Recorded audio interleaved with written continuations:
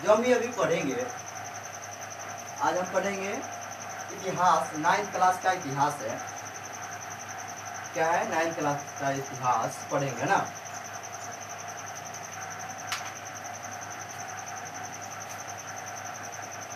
Ninth का इतिहास पढ़ेंगे। दूसरा चैप्टर अमेरिकी स्वतंत्र संग्राम। क्या है? अमेरिकी स्वतंत्र संग्राम।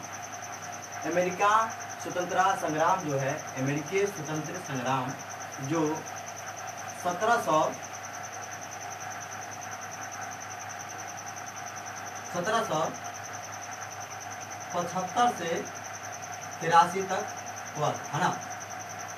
अमेरिकी स्वतंत्र संग्राम जो है इतना वर्ष से इतना वर्ष हुआ था। इसके आज हम पढ़ेंगे। कुछ बात है उसको तनी भाषण दे देते हैं, भाषण के रूप में समझ नहीं आए जैसे समझ सकते हैं तो यह पहले बोल देते हैं, उसके बाद हम कारण पढ़ेंगे। कुछ बात VVI है, जो VVI है वो पढ़ेंगे, वेरी वेरी इम्पोर्टेंट। उस बात को हम जानेंगे। चलिए, इसमें कुछ बात ऐसी है, VVI है जो क्वेश्चन है वह मान लीजिए यह क्वेश्चन है ऑब्जेक्टिव क्वेश्चन है ना, एक नंबरिया क्वेश्चन है। तो कोई पूछ सकता है कि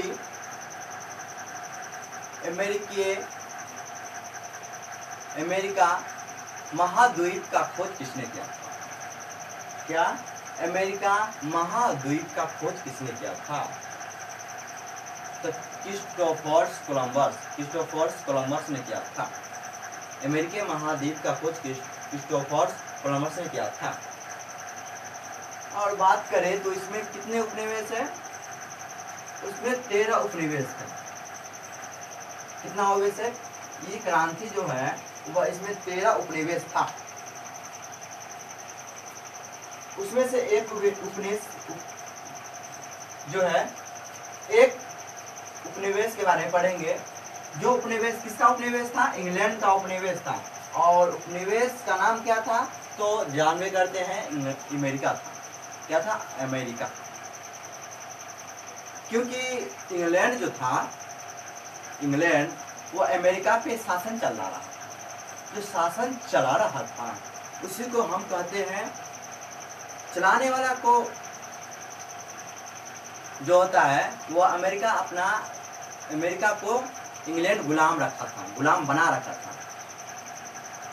तो अमेरिका जो इंग्लैंड का उपनिवेश था, इसके बारे में पढ़ेंगे अभी। चलिए, पहला है, सीधा चलते हैं। अमेरिकी स्वतंत्र संग्राम, बीच वाले बात कुछ छोड़ देते हैं ना। अमेरिकी स्वतंत्र संग्राम पढ़ेंगे अभी। क्या पढ़ेंगे? अमेरिका स्वतंत्र संग्राम।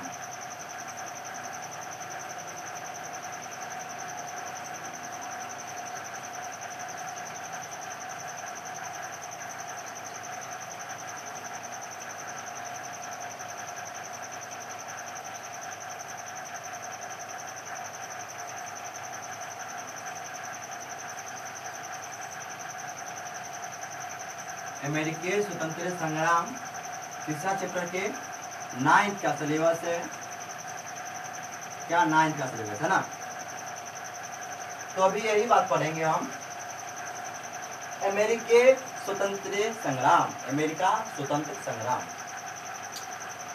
तो पहला अमेरिका स्वतंत्र संग्राम में जो बहुत सारे कारण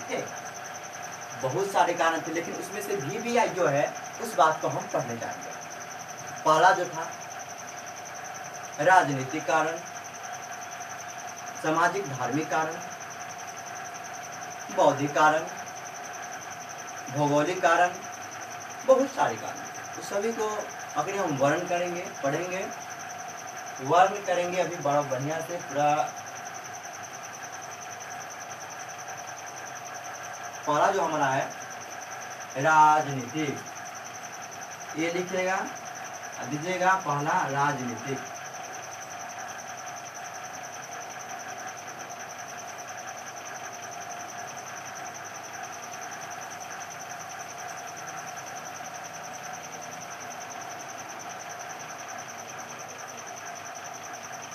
क्या है? राजनीतिक कारण। तो राजनीतिक कारण में भी बहुत सारे कारण आते हैं, कि राजनीतिक कारण में भी बहुत सारे कारण आते हैं, परंतु अभी हम किताब में 4, हमारा किताब जो इस किताब है इसमें 4 दिया हुआ है, इस चारों का अभी हम वर्णन करेंगे, पढ़ेंगे। तो पहला के हम नाम लिखते हैं,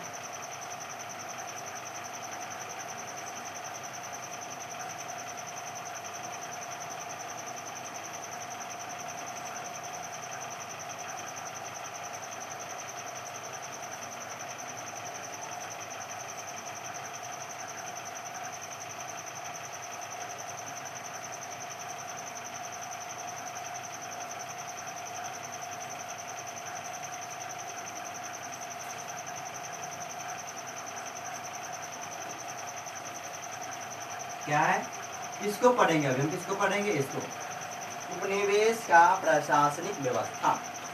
क्या है, उपनिवेश का प्रशासनिक व्यवस्था। चलिए उपनिवेश का प्रशासनिक व्यवस्था के बारे में पढ़ते हैं। चलिए आते हैं आप किताब पे हमसे, जैसे VVI गए उसको लिखवा देंगे, VVI को, जो VVI, ठीक है। चलिए पढ़ाते हैं। अमेरिकी स्वतंत्र संग्राम का पहला है ना, उपनिवेश का प्रशासनिक व्यवस्था। क्या है, उपनिवेश का प्रशासनिक व्यवस्था, उपनिवेश का प्रशासनिक व्यवस्था। उपनिवेश का प्रशासनिक इंग्लैंड प्रचलित शासन व्यवस्था के अनुसार रूप था। उपनिवेश वासियों को प्रशासनिक व्यवस्थाओं का नहीं थी। इंग्लैंड में प्रचलन कानून उपनिवेशों के भी लागू थे। अन्य व्यवस्था सामान्य कानून को जुड़ी व्यवस्थाओं पर आधार था। अधिकांश महत्वपूर्ण पदों को अंग्रेज को ही नियुक्त किया जाता था। प्रत्येक उपनिवेश का प्रशासन प्रधान इंग्लैंड के राजा द्वारा नियुक्त गवर्नर होता था। मतलब किसी भी बात अमेरिका को बताना था या कहना था तो किसके कहेंगे, वहाँ जाके इंग्लैंड के ही कहेंगे। इंग्लैंड वाला जो था वो बड़ा खच्चर था, बड़ा खतरा था। वो अपना ही देश को, अपना ही देश वाले को, उसको कहे ना एक अक्षर लिखने नहीं आ, लेकिन वो अपना ही देश वाले को बनिए बड़े बड़े पदों देते थे, बड़े बड़े नौकरी देते थे। लेकिन जो थे अमेरिकी वाले वो खासकर बहुत सारे बात पढ़ते थे, बहुत बात जानते थे, लेकिन उसको नीचे वाले पद दिया जाता था, बहुत ही नीचे वाला पद। इसलिए ये बात को वर्णन किया गया है।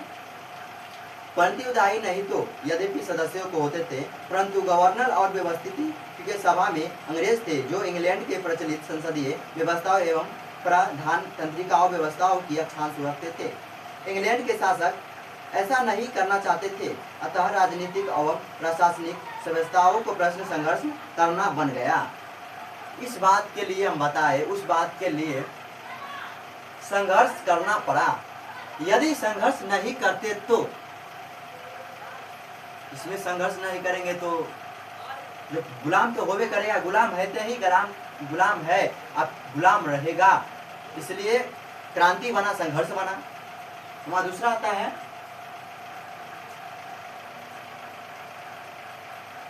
क्या है दूसरा हमारा जो आता है,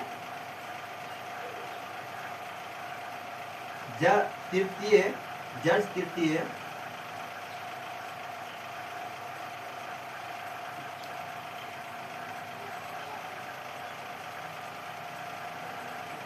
तृतीय निरंकुश शासन। जर्ज तृतीय निरंकुश शासन क्या, या भी ये पढ़ेंगे, दूसरा पढ़ेंगे, ये पढ़ लिए होगा ना। जर्ज तृतीय निरंकुश शासन। देखिए इसके बाद बताते हैं, इसमें जो था वो ब्रिटिश सरकार जो था, वो ब्रिटिश सरकार ने इसको विद्रोह के बारे में बढ़ावा दिया। विद्रोह का क्या किया, बढ़ावा दिया, बताया। और यह जो विद्रोह का बढ़ावा दिया था 1780 से 1820 को, है ना। तो इसको भी पढ़ेंगे, तनी देख लेते हैं क्या है इसमें भी। जर्ज तृतीय 1760-1820 के निरंकुश शासन के भी विद्रोह का बढ़ावा दिया। मंत्रिमंडल की अनेकी अपना सपना व्यक्तिगत शासन चलाता था। उसके उपनिवेशों को प्रति अनुदार नीति अपनाई, अनेक कानूनों को जड़ तृतीय के उपनिवेश पर प्रतिबंध लगाने का प्रयास किया। जितने उपनिवेश था सब पर प्रतिबंध लगाने का प्रयास किया, परंतु सम्राट की इन नीतियों को तीखी प्रक्रिया उपनिवेशों हुई, इससे आक्रोश बढ़ गया, विद्रोह की भावना बलवती हुई। ये तीसरा भी पढ़ लिए, अब चौथा पढ़ेंगे हम। आप दूसरा पढ़ लिए, अब तीसरे पढ़ने जा रहे हैं।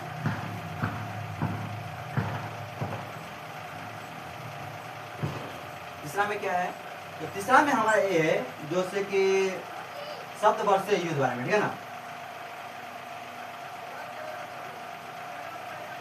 क्या है? सप्तवर्षीय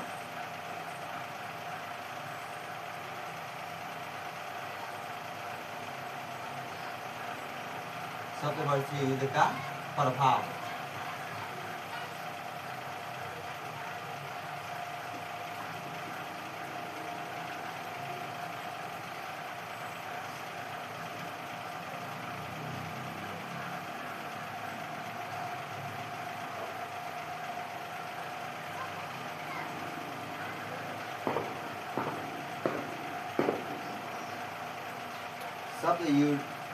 सप्तवर्षीय युद्ध का प्रभाव ना। चलिए इसको पढ़ते हैं। सबसे पहले इसमें तो VVI क्वेश्चन से बताते हैं। सप्तवर्षीय युद्ध जो है इसको मिटाते हैं। अब ध्यान दीजिए, सप्तवर्षीय युद्ध। तो सप्तवर्षीय युद्ध जो है, सप्तवर्षीय युद्ध इंग्लैंड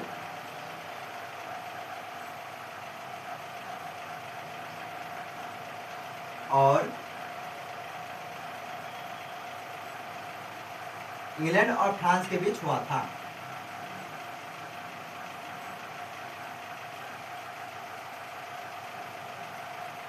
जो है सप्तवर्षीय युद्ध जो है फ्रांस और इंग्लैंड के बीच हुआ था।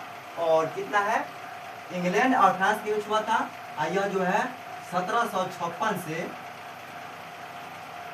कितना है? 1756 से 1763 तक हुआ था। कौन है? तीसरा है। कितना है? तीसरा सप्तवर्षीय युद्ध वाला है ना। यह फ्रांस और इंग्लैंड के बीच हुआ था और यह जो 1756 से 1753 तक हुआ था।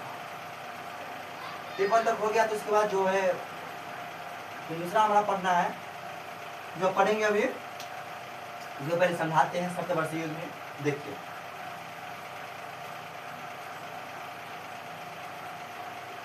जो अमेरिका था वह इंग्लैंड का उपनिवेश था और अमेरिका को फ्रांस चाहता था और इंग्लैंड भी चाहता था कि हमको अमेरिका को उपनिवेश बनाना है, हमें गुलाम बनाना है। इसी को फायदा उठाया कौन? अमेरिका उठाया। तो ये दोनों को लड़ाई हुआ, दोनों जो है फ्रांस है और इंग्लैंड है, दोनों के बीच क्या हुआ? टक्कर हुआ, लड़ाई हुआ, युद्ध हुआ। जब युद्ध हुआ तो इसके पास तो सभी चीज था। फ्रांस वाला के साथ, फ्रांस वाला लोग कुछ भी था, टिक्का था, उसके पास सब था, अस्त्र शास्त्र सब था। तो इतना बुरी तरह मारा, गोर तरह हाथ तोड़ा, अपनी बुरी तरह इसको हरा दिया। किसको? फ्रांस को हराया और इंग्लैंड विजय हुआ। और इंग्लैंड जो था जो है अमेरिका पे अपना शासन चलाना शुरू कर दिया। क्या? अपना शासन चलाना क्या कर दिया? शुरू कर दिया। कौन किया? तो इंग्लैंड किया और फ्रांस बेचारा तो हार गया। जब हार गया तो ये भी बड़ा खच्चर है, ये भी बड़ा खच्चर है। अखनी ये जीता है ना, बाद में ये जीतेगा। फिर दूसरा पढ़ेंगे से कैसे जीता और कैसे हारा, उसमें भी आगे पढ़ेंगे। तो अखनी तो ये जीता है, अभी ये हारा है, बाद में ये हारेगा, ये जीतेगा। और ये ऐसे जीतेगा, ये ऐसे हारेगा, के पास कुछ खाने के लिए, रहने के लिए तक जगह नहीं रहता। इस तरह ये हाल था, बड़ा खराबी से ये आता है, बता नहीं सकते, वर्णन नहीं कर सकते। लेकिन ये जिस तनिहारा मुंह का झाड़ा, इंग्लैंड वाला इसको मुंह का झाड़ दिया, लेकिन उतना प्रभाव नहीं पड़ा, लेकिन इस पर इतना प्रभाव पड़ा से हम बोल नहीं सकते। चलिए हमारा पढ़ते हैं दूसरा।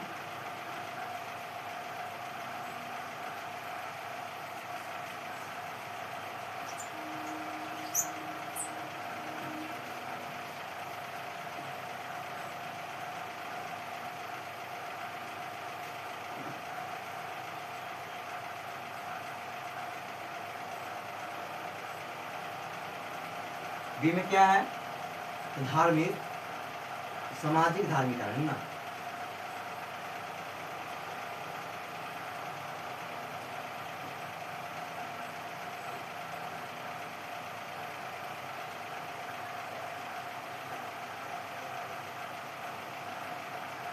क्या है? सामाजिक धार्मिक कारण, सामाजिक धार्मिक कारण, सामाजिक धार्मिक कारण है ना, ये पढ़ेंगे। इसमें भी बहुत सारे कारण आते हैं, लेकिन इसमें भी 4 कारण दिया हुआ है। जो पहला था सामाजिक संरचना,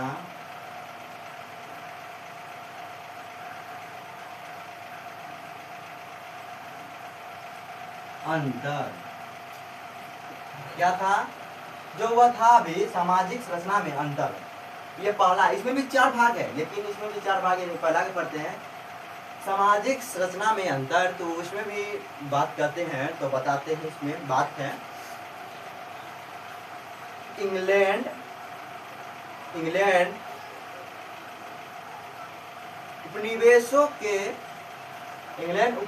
के सामाजिक संरचना में मूलभूत अंतर, तो तन्यक अंतर तथा तन्यक अंतर था। क्या? तो इंग्लैंड उपनिवेशों के सामाजिक संरचना में मूलभूत अंतर था। चलिए दूसरा पढ़ते हैं।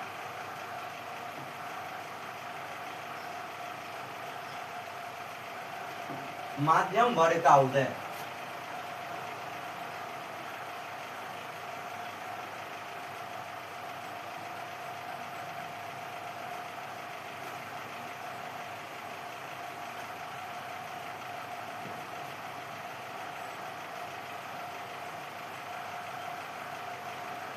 क्या है?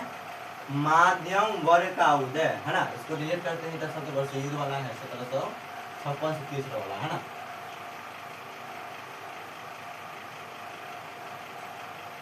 ये चैप्टर बड़ा लंबा है, लेकिन इससे भी लंबा कौन है पता है? फ्रांस की क्रांति वाला है, इसलिए हम इसको भी 2-3 भाग में करेंगे। ये चैप्टर हल्का छोटा है, लेकिन फ्रांस की क्रांति वाला बड़ा चैप्टर लंबा है ना। उस माध्यम वर्ग का उदय, माध्यम वर्ग जो होता है, माध्यम वर्ग का मतलब जो होता है जो बीच वाला। एक होता है बड़, एक होता है छोट, एक होता है माझर। तो बीच होता है, माझर होता है ना, वह बीच वाला भाग है। तो माध्यम वर्ग का उदय में जो आता था, कौन आता था? माध्यम वर्ग का उदय में जो आता था, वह जो आता था धनी शिक्षित लोग, जो पढ़े लिखे लोग होते थे, वो आते थे। जिसके पास पैसे हैं, धन है, दौलत है, वही इसमें आते थे, माध्यम वर्ग के उदय। और शिक्षित जो पढ़े लिखे लोग। फिर तीसरा पढ़ते हैं।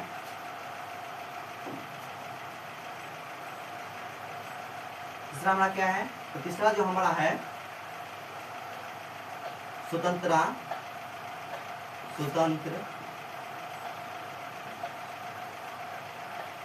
एवं आत्मविश्वास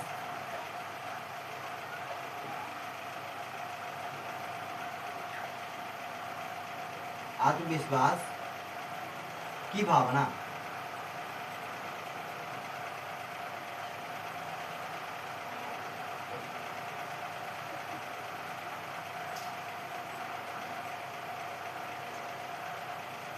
तीसरा क्या है हमारा है?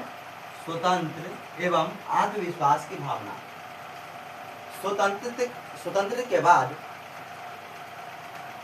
लोगों को अपने आप पर विश्वास की भावना जगी। इससे पहले आत्मविश्वास की भावना नहीं जगी थी, दूसरे पर निर्भर रहते थे। लेकिन जब झगड़ा टक्कर हुआ, लड़ाई हुआ, युद्ध हुआ, तो लोगों को अपने आप पर विश्वास की भावना जगी। फिर तीसरा हमारा है, चौथा हमारा क्या है, तो चौथा हमारा है जो है धार्मिक।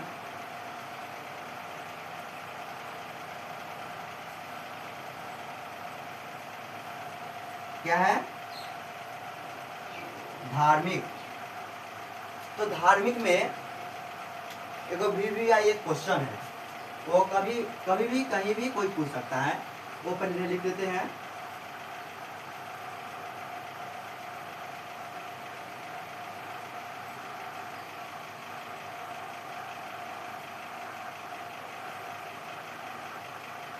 इंग्लैंड में एंगटिकन जो था एक व्यक्ति है, जो यहाँ लिख दिए हैं एंगटिकन, ठीक है ना, संप्रदाय, एंगटिकन संप्रदाय। तो वो जो है इंग्लैंड का व्यापक प्रभाव था, इसका ज्यादा प्रभाव था ना, इसमें था, इंग्लैंड में था। फिर हमारा दो इसको पढ़ लिए, तो उसके बाद हमारा आता है क्या, उसके बाद हमारा आता है भौगोलिक। पहले सामाजिक में फिर कर समझ लेते हैं। तो सामाजिक धार्मिक कारण उसमें एक आया था सामाजिक संरचना वाला, दूसरा आया था माध्यम वर्ग का उदय, तीसरा स्वतंत्र संग्राम, आत्मविश्वास का अभाव, तीसरा था धार्मिक। ठीक है, तो हमारा आप सी वाला में समझेंगे आप। सी में हमारा है भौगोलिक, और भौगोलिक का एक ही बेटा है, वही बारे में पढ़ेंगे अभी।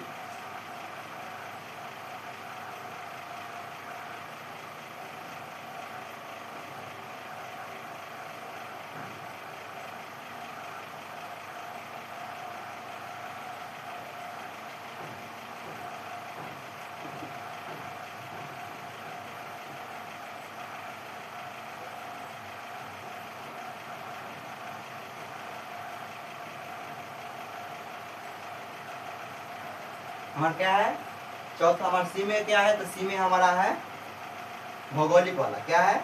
भौगोलिक वाला, है ना। तो भौगोलिक पढ़ेंगे अभी हम।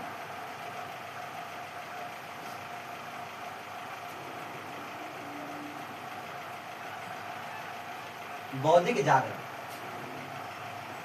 क्या था? बौद्धिक जागरण।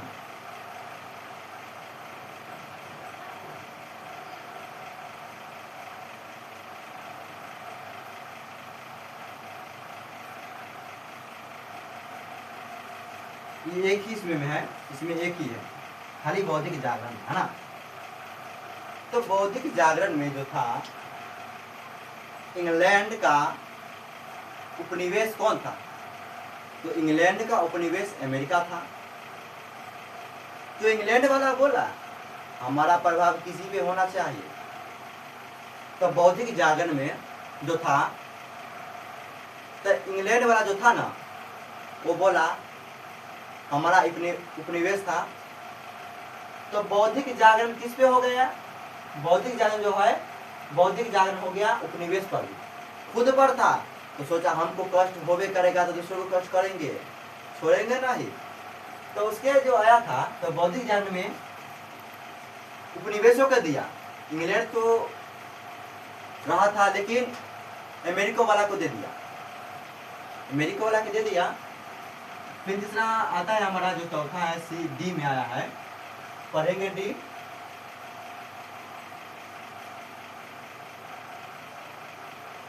डी में क्या पढ़ेंगे? तो डी में हमारा जो है उपनिवेश,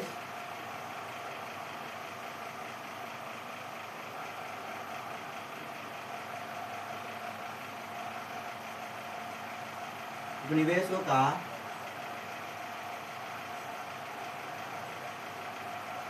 आर्थिक प्रतिबंध।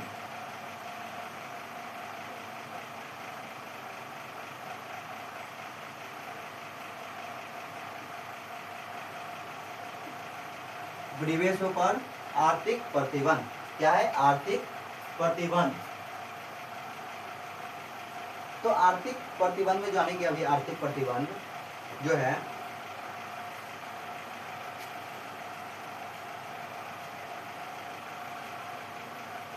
क्या है? आर्थिक प्रतिबंध।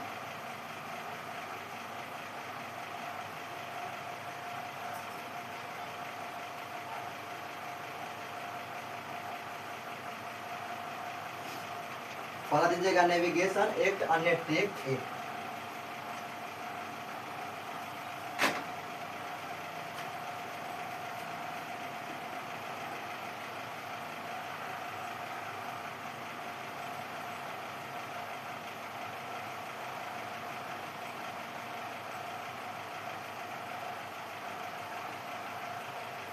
नेविगेशन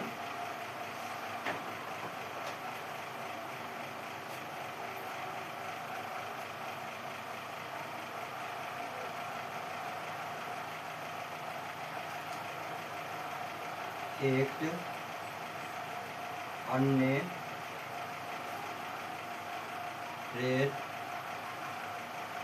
एक्ट क्या है? नेविगेशन एक्ट अंडरटेक एक्ट, है ना? इसमें पढ़ेंगे अभी, ठीक है?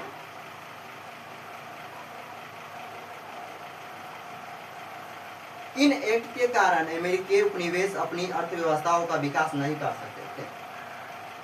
जो उपनिवेश थे अर्थव्यवस्था में, ये एक्ट से अपनी जो अर्थव्यवस्था था उसका विकास नहीं कर सकते। गैर ब्रिटिश जहाज माल लेकर अमेरिका के प्रवेश नहीं कर सकते। इंग्लैंड में अतिरिक्त अन्य देश किसी देश को नहीं भेज सकते थे। जैसे में अमेरिका किसी भी सामान को किसको देता था? किससे बेच सकता था? इंग्लैंड से। यदि किसी अन्य से बेचा जा सकता था, लेकिन वो क्यों नहीं बेचने देते थे? वो सोचता था हम के उपनिवेश है, जितना पैसा कमाएंगे हम ही कमाएंगे, किसी अन्य को नहीं देंगे।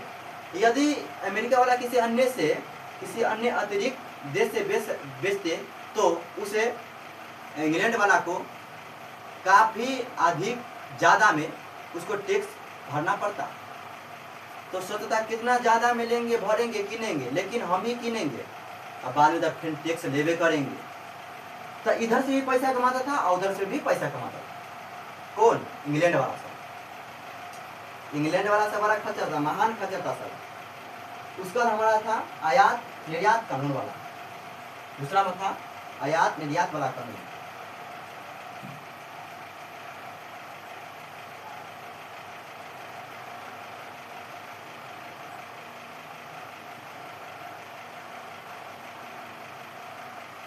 क्या है?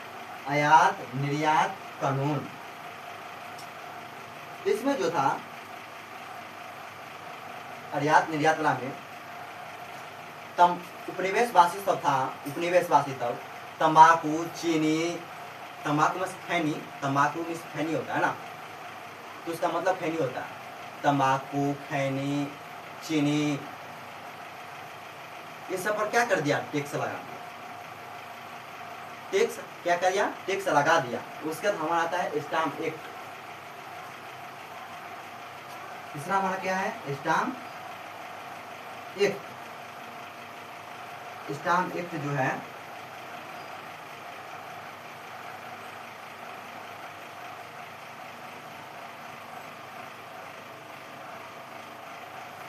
तीसरा हमारा क्या है? Stamp act. तो स्टाम्प एक्ट में इंग्लैंड के प्रधानमंत्री ग्रेनविले था। वह चोर बाजारी के रोकना चाहता था। जैसे में उसका कहना था कि कोई भी सामान हो, महंगा हो या सस्ता हो, अमेरिका वाला सिर्फ किससे बेचेगा? तो इंग्लैंड वाला से बेचेगा, हमसे बेचेगा। इसीलिए चोर बाजारी उसमें जो था इंग्लैंड से छुपाकर किसी अन्य देश से बेच देता था। तो इसे मुनाफा नहीं हो पाता था इंग्लैंड वाला को। सोचा कि अच्छा ये सब चोरी से बेचता है ना, तो इसी स्टाम्प एक्ट आया। तो इंग्लैंड के जो प्रधानमंत्री थे ग्रेनविले, वो चोर बाजारी के रोकने के लिए 1774 में स्टाम्प एक्ट का पारित किए और 20 शिलिंग किसी भी कागज हो, दस्तावेज हो, सभी पे 20 शिलिंग स्टाम्प टिकट लगा दिया और बेचेगा तो हमको पता चलबे करेगा। तो चोर बाजारी के तो रोक लिया। फिर दूसरा कारण आता है हमारा चौथा,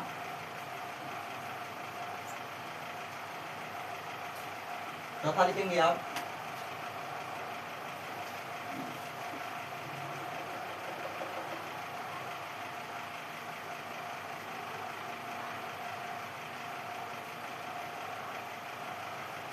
सैमुअल एडम्स। क्या है? सैमुअल एडम्स जो है ये वीवीआई क्वेश्चन है, ये वीवीआई क्वेश्चन है, कहीं भी कोई भी पूछ सकता है ना। सैमुअल एडम्स ये एक नारा दिया, ये क्या चोर बाजारी करेगा तो हम तो एक नारा देवे करेंगे, नारा नहीं देंगे तो क्या होगा। एक नारा दिए, कौन दिए? Samuel Adams. सैमुअल एडम्स एक नारा दिए, कौन दिए? Samuel Adams. यहाँ पर या दो क्वेश्चन बनते हैं, एक ही क्वेश्चन है, इसको दो बना देंगे, खाली देखते रहिएगा ना। सैमुअल एडम्स जो है नारा दिया, प्रतिनिधित्व नहीं तो कर नहीं। क्या? प्रतिनिधित्व नहीं तो कर नहीं। फिर एक क्वेश्चन और बनता है, प्रतिनिधित्व नहीं तो कर नहीं, इस नारा किसने दिया था? तो सैमुअल एडम्स में दिया। किसने दिया था? Samuel Adams. दो क्वेश्चन बन गए। फिर तीसरा हमारा आता है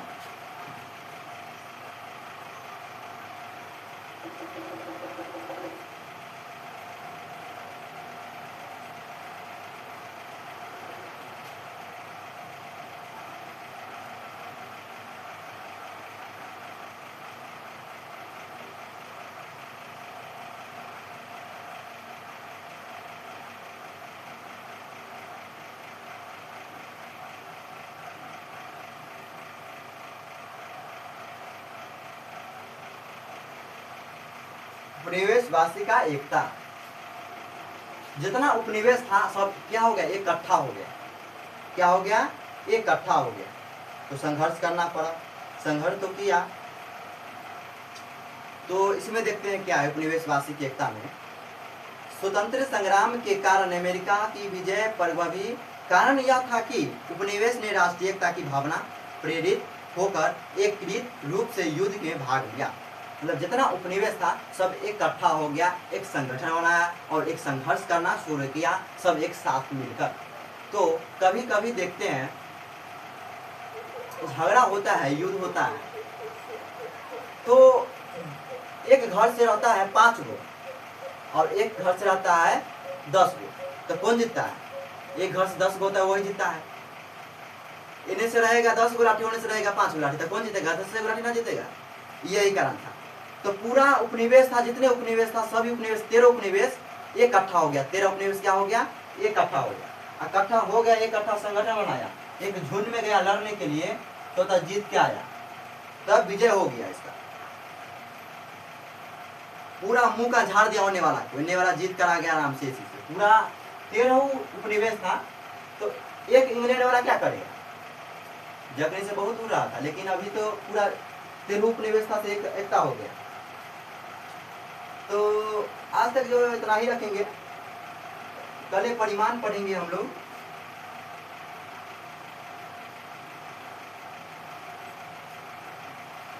इसको भी कहीं खत्म कर देते हैं, रुक जाइए,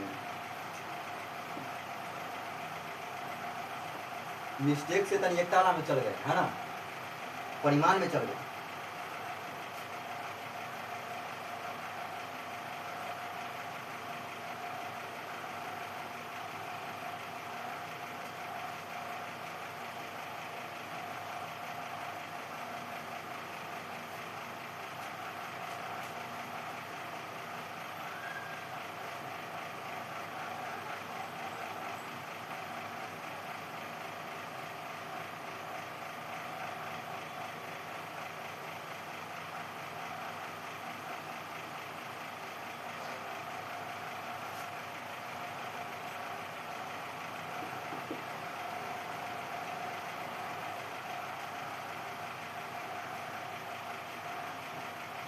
क्या है? इम्पोर्टेड ड्यूटीज एक्ट, इसको पढ़ेंगे। अभी चौथा है जो इसमें था, इम्पोर्ट ड्यूटीज एक्ट। ये शीशा, चाय, रंग, कागज पर सभी प्रकार किया था, चुंगी लगा दिया, चुंगी कर लगा दिया था, टैक्स लगा दिया, अंग्रेजी वाला सा लगा दिया। उसके बाद जो आया वहाँ का जो प्रधानमंत्री था, वह प्रधानमंत्री जो था इसको विरोध किए। अब विरोध किए तो अन्य बहुत सारे संगठन बनाए। उसमें मुख्य 2 संगठन था, स्वाधीनता का पुत्र और स्वाधीनता का पुत्रिया। पहला क्या था? स्वाधीनता का पुत्र, स्वाधीनता का पुत्रिया। तो विरोध किए और 2 संगठन बनाए। तो 2 संगठन बनाया तो वहाँ का सरकार बनाया। फिर इंग्लैंड वाला सोचा कि चाय के अतिरिक्त किसी पर रहेगा टैक्स नहीं रहेगा, खाली चाय पर टैक्स रहेगा। चाय जो था महंगा था तो चाय पर टैक्स रहा, लेकिन अन्य सामान पर टैक्स क्या हुआ, जो चुंगी था वो हटा दिया गया।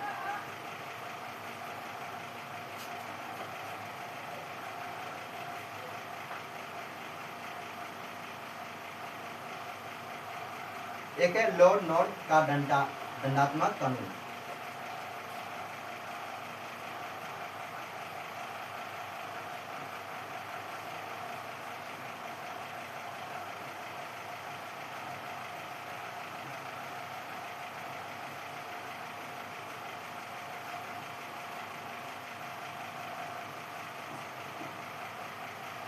लॉर्ड नॉर्थ का दंडात्मक कानून ब्रिटिश सरकार ने 1747 को ये दंडात्मक कानून बनाया।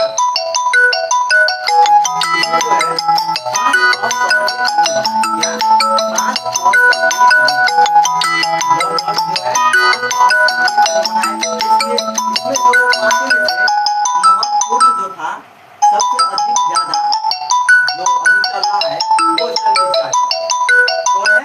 बोस्टन की चाय पार्टी। तो बोस्टन की चाय पार्टी तो है किया, लेकिन अब हम बोस्टन की चाय पार्टी पढ़ेंगे कल की क्लास में। आज इतना ही तक रखेंगे, कल पढ़ेंगे परिमाण के बारे में बोस्टन की चाय की पार्टी में। तो चलते हैं आज। तत्कालीन कारण जो है, तत्कालीन कारण वो कल के क्लास में पढ़ेंगे बोस्टन की चाय पार्टी में। आज इतना तक रहेंगे, कल देखते हैं तीसरा को। चलिए आज चलते हैं।